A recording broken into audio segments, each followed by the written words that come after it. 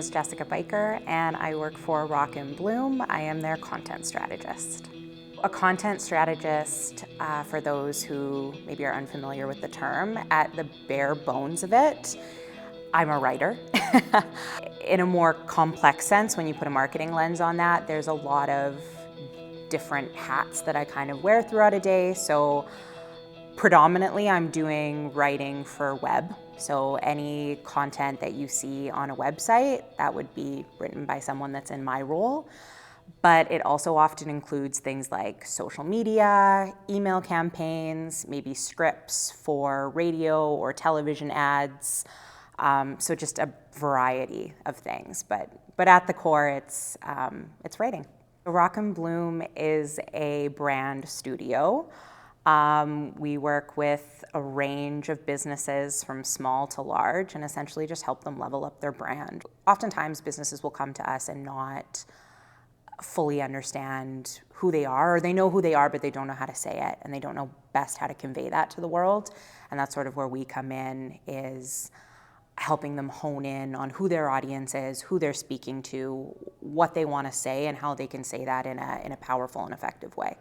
Every day is a little bit different, which is part of the reason that I love my job so much. The typical work day honestly depends, I guess, on what the kind of project or task is that day. It's a lot of writing in any day. It might be writing for web, it might be writing for like a radio ad, it might be writing for social media, so you're kind of always having to switch your tone a little bit. As part of the content strategy role, I also do a lot of strategy work as well. So often that is building out customer personas, or working on customer journey maps, or doing overall key messaging for a brand. So in addition to the storytelling aspect, there's also a lot of strategy as well. So I actually, out of the gate, did not choose this as my profession. I kind of stumbled into it. I went to school for journalism, actually, and I attended what was previously known as Ryerson University, but is now Toronto Metropolitan University, for journalism, and that was my dream, that was my goal. And over time, as I grew and evolved, it sort of shifted. I think the thing that led me to marketing is that it was a more sort of inclusive and less cutthroat industry, but also still kind of catered to the things that I loved most about journalism, which is that storytelling aspect. Getting to talk to people and interview people and take their stories and turn them into readable things that the world can see. To become a content strategist, it's an interesting one, because there's no like school of writing necessarily. It's kind of something that I feel you have a passion for or you don't. But this is just one role in a sea of many roles in marketing. But for mine, I think, there are many avenues that you could go. You can take straight marketing courses, right? You could go into journalism if you wanted. You could go into more of like a creative writing field. There isn't necessarily one straightforward path to getting here. And I think one thing too that helps a lot is experience. Like, I also freelanced for a long time, right? So building up your portfolio, you don't necessarily need to have like a super fancy degree, I think, to get into a role like this. Rather, I would say it's better to kind of put yourself out there, take on jobs, be a freelancer for a bit, see if you like it, see writing about different topics, how that fits, and build up your portfolio, because at the end of the day, that's what people are going to be looking at if they're going to hire you, is how can you tell a story, and how good is your voice. Essentially, you act as like a self-employed person, so you're not working for a company.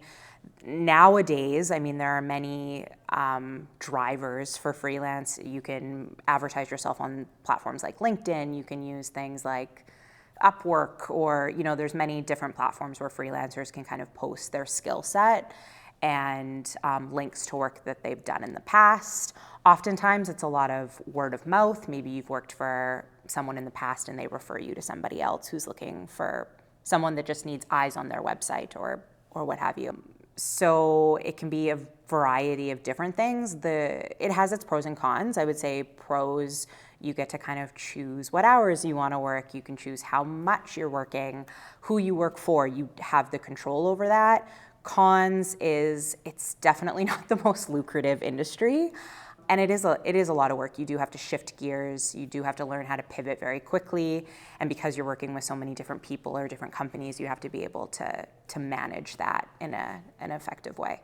I think the people that would fit best in a role like this are people who are very open-minded and curious and just have questions that always are questioning kind of the way that the world works. That was sort of always my thing is, if I sit down for coffee with someone, whether I know them or not, I always have 1,000 questions and I always want to know more about them and learn more about their lives. And I think to be in a role like this, you definitely have to have that interest in people. It's also a great fit for people who just like to solve problems in unique ways. If you are creative and you're someone who likes words, likes telling stories, has that kind of creative cog in their brain, the problem-solving aspect is really fun too, because you get to listen to businesses and people, they come to you with your problems, and you're using your skill, which in my case is writing, to help them figure out how to solve that problem. Something that's really rewarding for me is like when a client comes to me and says, or comes to our CEO and says, that's how I wanted to say it, but I didn't know the words I didn't have the words to put it together. That's how I was feeling, but I didn't know how to put that on paper. So to be able to do that for people is really rewarding. With marketing, you're always going to have businesses that need marketing. People are always going to want to sell stuff. They're always going to want to make money. That's just the way of the world. So I don't think that this is an industry that's going to die out anytime soon. And I think that there's, if anything, always just going to be more of a need for it as businesses realize. I think the one challenge is you oftentimes will get business owners saying, I don't need a marketing team or I don't need a writer. We can just do it ourselves. There is a very big difference between someone trying to do it all themselves and someone who hires an expert to do it. Ultimately, those businesses who, went with the expert route, those are the ones that are going to succeed. My advice for people getting into this profession would be to be curious.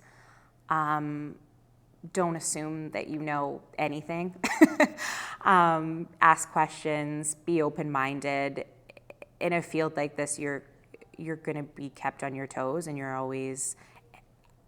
It's an interesting one being in a creative field too, because I feel like you can never really master your craft. You're never going to be perfect at it, right? There's always, so definitely be curious and be open, and you kind of have to have a bit of tough skin as well to realize that, there's always going to be areas to improve. I think that there's like a natural kind of predisposition as a woman to want to sit quiet or, let other people take the spotlight. And that is what I would say is maybe a mistake, especially in an industry like this. I think be loud, be heard, inject yourself into conversations, even if maybe it doesn't seem like it pertains to you. That's how you learn, that's how you grow, and that's how people are going to notice like, oh, hey, this person's here and they've got something to say. Don't get so hung up on like one specific path. So I think a lot of times kids feel a lot of pressure to have everything figured out by the time they're 18 years old. And I'm 31 and I'm still figuring it out. I've really only been in marketing for 4 years. Prior to that, it was something else. Prior to that, it was something completely different. So sometimes you have to figure out what you don't want to figure out what you do want. And also keeping in mind that as you grow and evolve, your dreams and goals are also going to grow and evolve. You're going to change. So be patient with yourself and don't, think that, oh, because I wanted this and now I've tried it and I don't like it, that you can't change. You can change your mind. And you'll figure it out as you go, but it takes time and you don't have to have it all figured out right away.